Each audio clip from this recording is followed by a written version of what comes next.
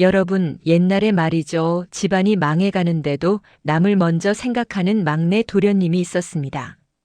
어느 추운 겨울날 길가에 쓰러진 병든 여종을 발견했는데요. 모두가 부정탄다며 고개를 돌렸지만 이 막내 도련님은 달랐습니다. 자기 옷을 벗어 덮어주고 약을 구해 살렸거든요. 그런데 말입니다. 이 작은 선행 하나가 집안 전체의 운명을 바꿔놓았습니다. 천대받던 막내가 어떻게 집안을 일으켜 세우고 과거에 급제하고 온 고을의 칭송을 받게 되었는지 지금부터 그 감동적인 이야기를 들려드리겠습니다. 청주 최씨 가문은 한때 이름난 양반집이었습니다. 할아버지 때만 해도 한양에 큰 기와집을 두고 살았는데 아버지 때에 이르러 집안이 기울기 시작했거든요. 과거 시험에는 번번이 낙방하고 장사는 할 줄 모르고 그렇다고 농사를 지을 땅도 넉넉지 않았습니다. 최진사댁에는 아들이 셋 있었어요. 큰아들 윤석이는 35에도 과거만 붙들고 있었고 둘째 윤철이는 글은 못 읽어도 장사에는 관심이 있다며 이것저것 손대다가 재산만 까먹는 처지였습니다. 그리고 막내 윤호. 25 청년인데 형님들 눈엔 영 시원찮아 보였지요. 에이, 저놈은 글도 대충 장사도 안 하고 맨날 동네 가난한 사람들이나 돌봐주고 다니니 집안 식구들은 늘 한숨만 폭폭 내쉬었습니다. 때는 겨울, 그것도 손발이 얼어붙을 것 같은 매서운 추위가 몰아치던 섣달 금음날이었습니다. 윤우는 장에 갔다가 돌아오는 길이었어요.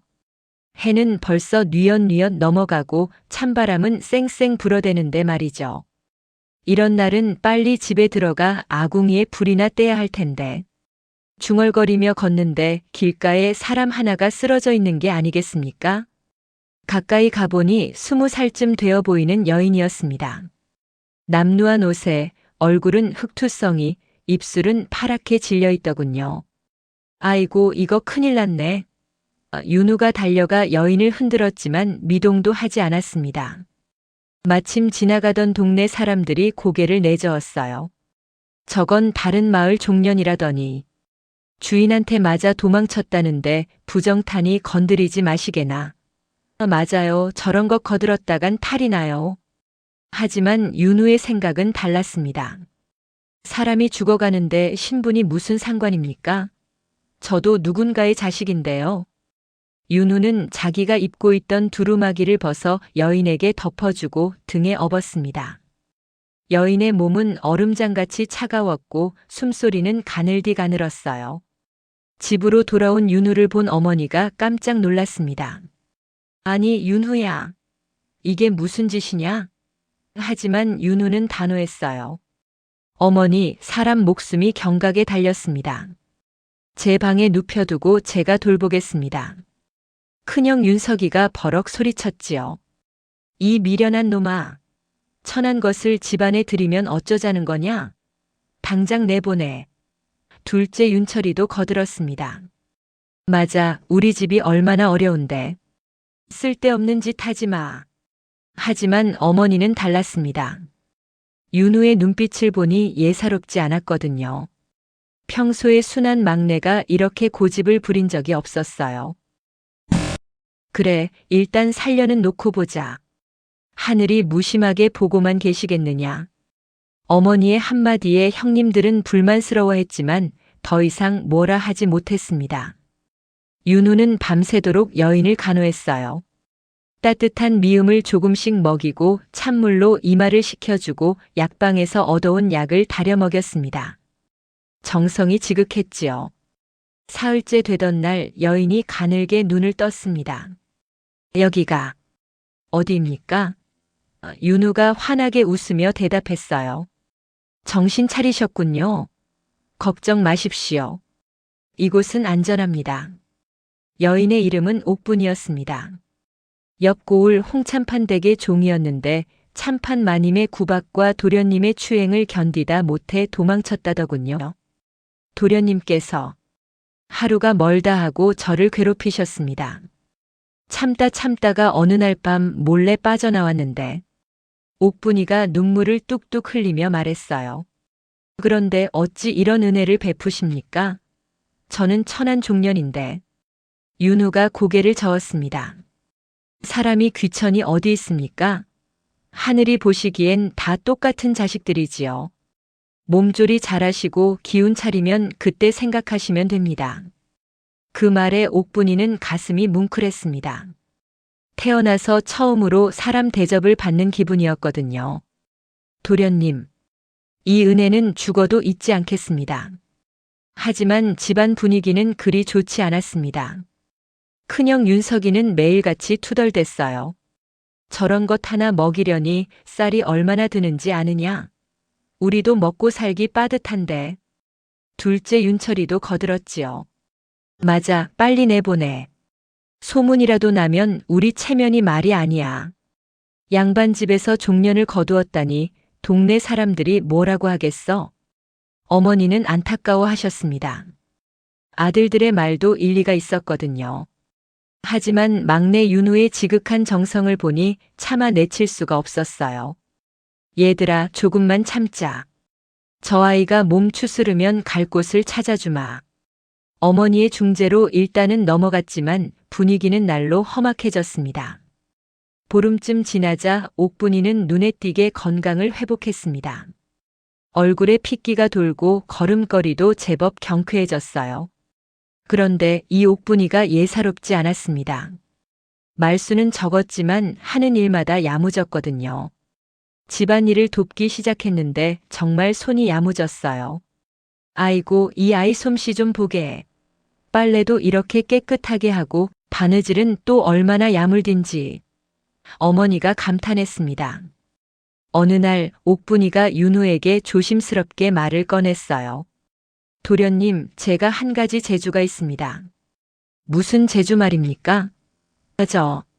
물건 사고 파는 장사에 눈이 박습니다. 홍참판 댁에 있을 때 몰래 배웠거든요. 옥분이의 눈빛이 반짝였습니다. 시장 보러 나가실 때 제가 함께 가면 좋은 물건 싸게 구하는 법을 알려드릴 수 있습니다. 그리고 잠시 머뭇거리다가 말을 이었어요. 작은 장사를 시작하시면 어떨까요? 윤우가 고개를 갸웃했지요. 장사라. 우리 형님이 해봤는데 번번이 손해만 봤습니다. 그건 방법을 잘못 아셨기 때문입니다. 제가 홍참판 댁에서 보고 배운 게 많아요. 옥분이는 자신감이 넘쳤습니다. 첫째, 사람들이 원하는 물건을 팔아야 합니다. 둘째, 값을 너무 높게 부르면 안 됩니다. 셋째, 정직하게 장사해야 단골이 생깁니다. 윤우는 옥분이의 말이 일리 있다고 생각했어요. 좋습니다. 한번 해봅시다. 하지만 미천이 문제였지요. 집안 형편이 넉넉지 않았으니까요. 윤우는 어머니께 여쭤봤습니다. 어머니, 제게 작은 미천을 빌려주실 수 있겠습니까? 옥분이가 장사에 박다고 하니 한번 해보고 싶습니다. 형님들이 발끈했어요. 뭐? 저 종년 말을 믿고 돈을 쓰겠다고. 미쳤나? 하지만 어머니는 달랐습니다. 요즘 윤우가 평소와 다른 모습을 보였거든요. 눈빛이 살아있고 의욕이 넘쳤어요. 좋다. 은선양만 주마. 이것으로 시작해보거라. 어머니가 몰래 간직하고 있던 비상금을 꺼내주셨습니다. 윤우와 옥분이는 그 돈으로 장에 나갔어요. 옥분이가 똘망똘망한 눈으로 시장을 돌아다니며 물건을 살폈습니다. 저 무명은 질이 좋은데 값이 싸네요. 저건 사두면 팔 수 있어요. 윤우는 옥분이의 눈썰미에 감탄했습니다. 정말 좋은 물건을 싸게 사들이는 재주가 있었거든요. 첫 장사는 소박했습니다. 무명천 몇 필과 실, 바늘 같은 것을 사다가 동네 아낙네들에게 팔았어요. 옥분이가 말을 참 곱게 했습니다. 아주머니, 이 무명천은 질이 참 좋습니다. 다른 데보다 조금 싸게 드릴게요. 어때요? 아낙네들이 만져보고는 눈이 휘둥그레졌지요. 어머, 정말 질 좋네. 값도 착하고. 소문이 퍼지기 시작했어요. 최 씨 집 막내 도련님이 장사를 시작했는데 물건도 좋고 값도 싸다더라. 한 달 만에 미천을 2배로 불렸습니다. 어머니가 기뻐하셨어요. 윤후야, 내가 장사에 재주가 있는 줄 몰랐구나. 윤후가 웃으며 대답했습니다. 어머니, 제 재주가 아니라 옥분이 덕분입니다. 하지만 형님들의 시기는 더욱 심해졌습니다. 큰형 윤석이가 비아냥댔어요. 겉으로 좀 번 것 같지만 오래 못 갈 거야. 천한 것과 어울려서 되는 일이 어디 있어? 둘째 윤철이는 더 심했습니다. 나도 장사해봤지만 안 됐어. 너도 곧 망할 거야. 그때 후회해도 소용없어. 어느 날 큰형이 옥분이에게 다가왔습니다. 야, 종년아. 내가 돈 버는 법을 좀 가르쳐줘. 나도 한몫 끼면 안 되겠나? 옥분이는 정중히 거절했어요. 형님께서 도련님과 상의하시면 좋겠습니다. 제가 감히 나설 일은 아닙니다. 큰형은 자존심이 상했지요. 이런 건방진 것이. 그날 밤 큰형이 윤우에게 따졌습니다.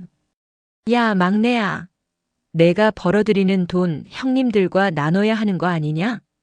윤우는 담담히 대꾸했어요. 형님, 제가 번 돈은 어머니께 모두 드리고 있습니다. 계절이 바뀌어 봄이 왔습니다. 윤우와 옥분이의 장사는 날로 번창했어요. 이제는 무명천뿐만 아니라 도자기, 농기구, 심지어 약재까지 다루기 시작했습니다. 도련님, 이번엔 한양에 올라가 물건을 사오면 어떨까요? 거기서 사오면 더 좋은 물건을 구할 수 있어요. 옥분이의 제안에 윤우가 고개를 끄덕였습니다. 두 사람은 한양으로 향했어요. 길에서 만난 상인들과 이야기를 나누고 좋은 물건을 싸게 사들였습니다. 윤우는 옥분이의 상제에 또 한 번 감탄했지요. 한양에서 돌아온 후 장사는 더욱 활기를 띠었습니다. 옥분이가 사온 물건들이 날개 돋친 듯 팔려나갔거든요. 반년 만에 미천이 10배로 불어났어요. 그러던 어느 날 청천벽력 같은 일이 벌어졌습니다. 홍참판 댁에 하인들이 찾아온 거예요. 옥분이란 계집종 여기 있다며? 당장 내놓아라. 건장한 사내 둘이 대문 앞에서 고함을 질렀습니다. 윤우가 나가 물었어요. 무슨 일로 그러십니까? 우리 주인 어른의 종년이 여기 숨어 있다는 제보를 받았소. 당장 데려가겠소. 옥분이는 부들부들 떨었습니다. 도련님, 제가 나가겠습니다. 이 집안에 피해를 드릴 수 없어요. 하지만 윤우는 단호했어요. 안 됩니다. 옥분이는 이제 우리 집안 사람입니다.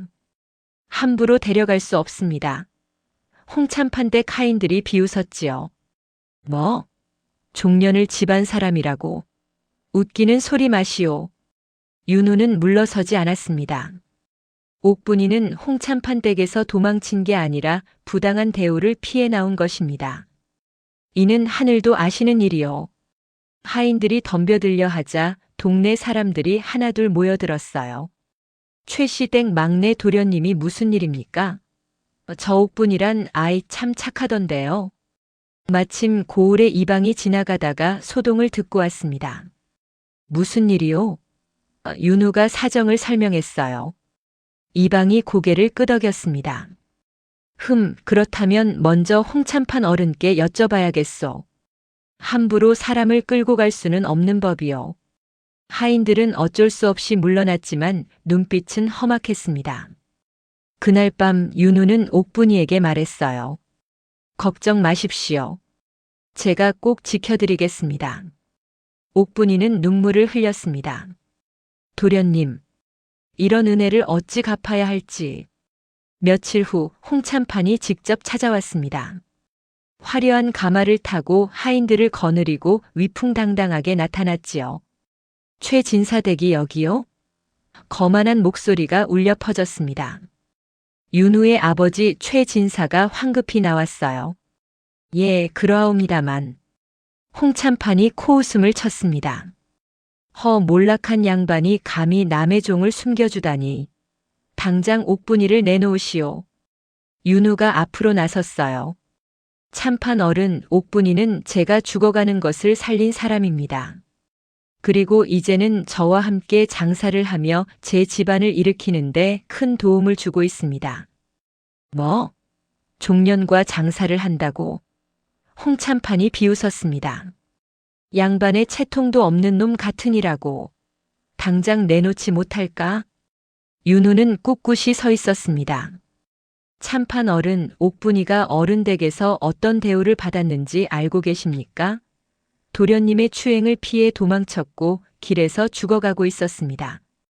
홍참판의 얼굴이 붉어졌어요. 그게 무슨 상관이냐?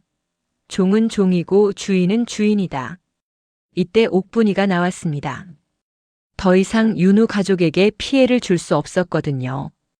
참판 어른 제가 가겠습니다. 하지만 윤우가 옥분이를 막았어요. 안 됩니다. 그리고 홍참판을 똑바로 쳐다보며 말했습니다. 참판 어른 제가 옥분이의 속량값을 치르겠습니다. 얼마면 되겠습니까? 주변이 술렁거렸습니다. 양반이 종의 속량값을 치른다니. 홍참판도 당황했어요. 뭐라고? 내가 속량값을? 홍참판은 잠시 생각하다가 간사한 미소를 지었습니다. 좋소. 그렇다면 은백냥을 내시오. 그럼 옥분이를 놓아주겠소. 주변 사람들이 숨을 죽였어요. 은백냥이라니. 보통 종의 속량값이 10냥에서 20냥 정도인데 10배나 부른 것이었습니다. 큰형 윤석이가 윤우의 팔을 잡았어요. 야 미쳤냐? 100냥이면 우리 집 1년 농사 값이다. 둘째 윤철이도 소리쳤습니다. 종년 하나 때문에 집안 망치려고. 하지만 윤우는 흔들리지 않았습니다. 좋습니다. 드리겠습니다. 모두가 깜짝 놀랐지요. 윤우에게 그런 돈이 있을 리 없었으니까요. 다만 윤우가 말을 이었습니다. 제게 3달만 시간을 주십시오. 반드시 마련하겠습니다. 홍참판이 비웃었어요. 3달.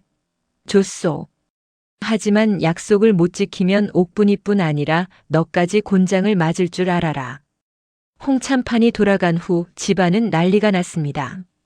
아버지 최진사가 한숨을 폭폭 내쉬었어요. 윤우야, 어찌 그런 큰 소리를 쳤느냐? 100냥을 3달 안에 어떻게 마련한단 말이냐? 큰형은 화가 나서 방으로 들어가 버렸고 둘째 형은 이제 우리 집 망했다며 울상이었습니다. 하지만 어머니만큼은 윤우를 믿었어요. 윤우야, 어머니가 너를 믿는다. 하지만 너무 무리하지는 말거라. 윤우가 어머니 손을 꼭 잡았습니다. 어머니 걱정 마십시오. 제가 반드시 해내겠습니다. 그날 밤 윤우와 옥분이는 밤새 이야기를 나눴어요.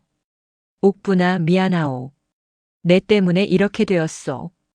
옥분이가 고개를 저었습니다. 아닙니다, 도련님. 제가 도련님께 은혜를 갚을 기회입니다. 제게 좋은 생각이 있어요. 옥분이의 계획은 대담했습니다. 도련님, 우리가 한양에 가서 큰 장사를 해야 합니다.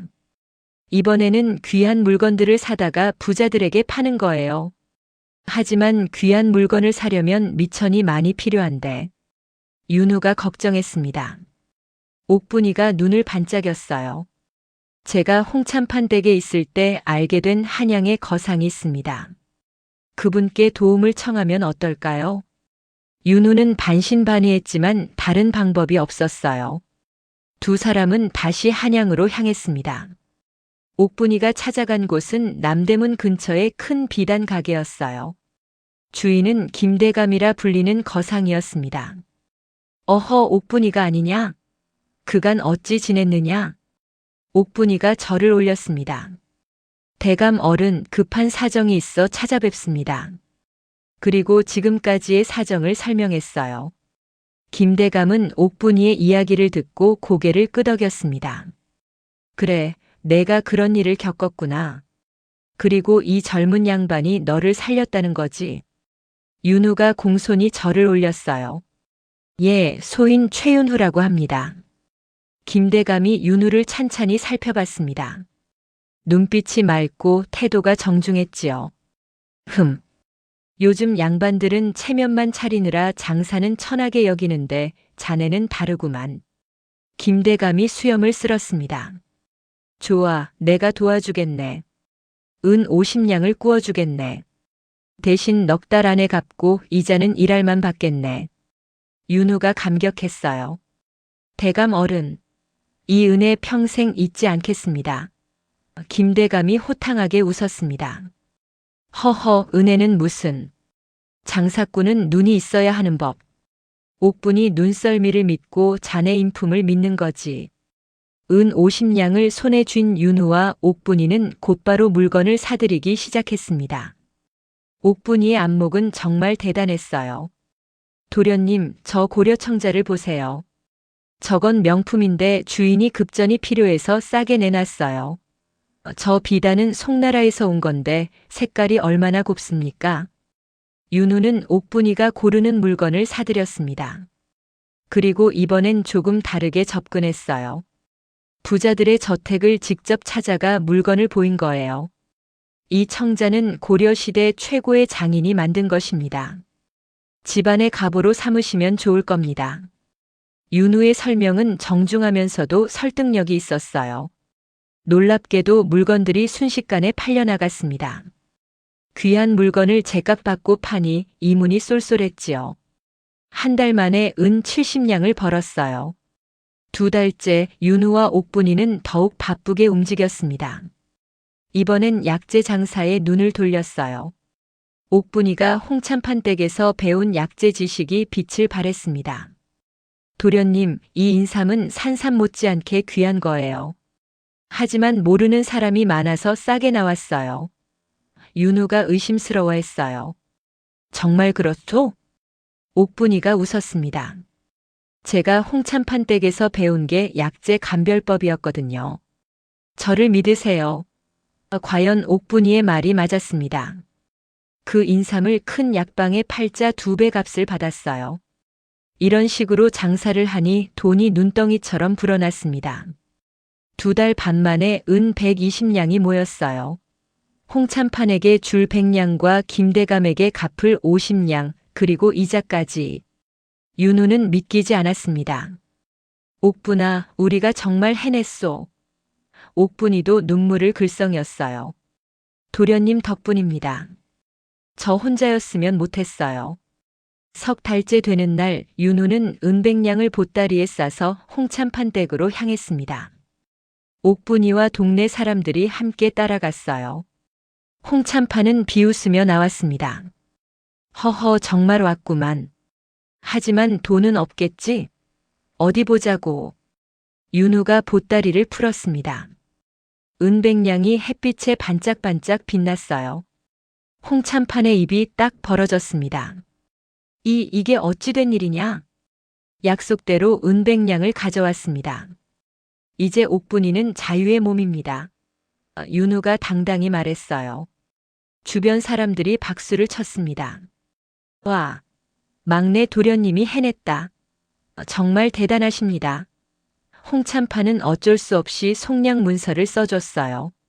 얼굴이 벌겋게 달아올라서는 황급히 안으로 들어가 버렸습니다. 돌아오는 길 옥분이가 문서를 꼭 안고 울었습니다. 도련님, 이제 저는 자유입니다. 윤우도 가슴이 벅찼어요. 축하하오, 옥분아. 이제부터 새로운 삶을 사시오. 집에 돌아오자 온 가족이 기뻐했습니다. 어머니는 윤우를 꼭 껴안았어요. 윤우야, 내가 이렇게 대견할 줄이야. 큰형도 미안한 얼굴로 다가왔습니다. 막내야, 형이 잘못했다. 내가 정말 훌륭한 사람이구나. 둘째 형은 윤우에게 절까지 했어요. 동생아, 형이 너무 무시했어. 용서해다오. 윤우가 웃으며 형님들을 일으켰습니다. 형님들, 이제부터 다 같이 잘 살아봅시다. 그날 밤 온 집안이 기쁨으로 가득했습니다. 가난했던 최 씨 집안에 희망의 빛이 비치기 시작한 거예요. 옥분이는 이제 자유의 몸이 되었지만 최 씨 집안을 떠나지 않았습니다. 도련님, 제가 평생 모시겠습니다. 이 은혜를 어찌 갚겠습니까? 윤우가 난처해했어요. 옥분아, 이제 자유의 몸인데 왜 그러시오?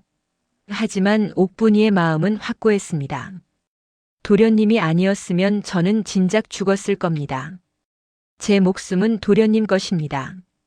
어머니가 옥분이를 불렀습니다. 옥분아, 내가 정말 우리 윤우를 따르고 싶으냐? 예, 마님. 제 진심입니다. 어머니가 빙그레 웃었어요. 그렇다면 윤우의 첩이 되는 게 어떻겠느냐? 옥분이가 깜짝 놀랐습니다. 마님, 감히 제가. 허허, 내가 천한 종이었지만 이제는 자유신분이고 무엇보다 윤우의 은인이 아니냐. 그리고 어머니가 윤우를 보며 말했어요. 윤우도 너를 좋아하는 것 같구나. 윤우의 얼굴이 빨개졌습니다. 사실 언제부턴가 옥분이가 각별하게 느껴졌거든요. 성실하고 똑똑하고 무엇보다 마음이 따뜻한 사람이었어요. 옥분아. 윤우가 조심스럽게 말했습니다. 내 마음을 받아주겠소? 옥분이가 눈물을 흘리며 고개를 끄덕였어요. 석 달 후 윤우와 옥분이는 조촐한 혼례를 올렸습니다. 온 동네 사람들이 축하해줬어요. 막내 도련님, 복 받으실 겁니다. 옥분이도 정말 복 받았어요. 큰형과 둘째 형도 진심으로 축하했습니다. 이제는 윤우를 존경하게 됐거든요.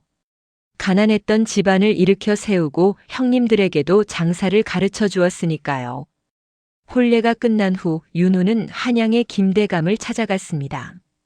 빚을 갚고 이자까지 더해서 드리려고요. 김대감은 윤우를 반갑게 맞았습니다. 오, 윤우. 잘 왔네. 혼례 올렸다며? 축하하네. 윤우가 은을 내놓았어요. 대감 어른 빌려주신 은 50냥과 이자 5냥입니다. 김대감이 손사래를 쳤습니다. 이자는 사양하겠네. 자네가 약속을 지킨 것만으로도 기쁘네. 하지만 윤우는 끝까지 고집했어요. 아닙니다.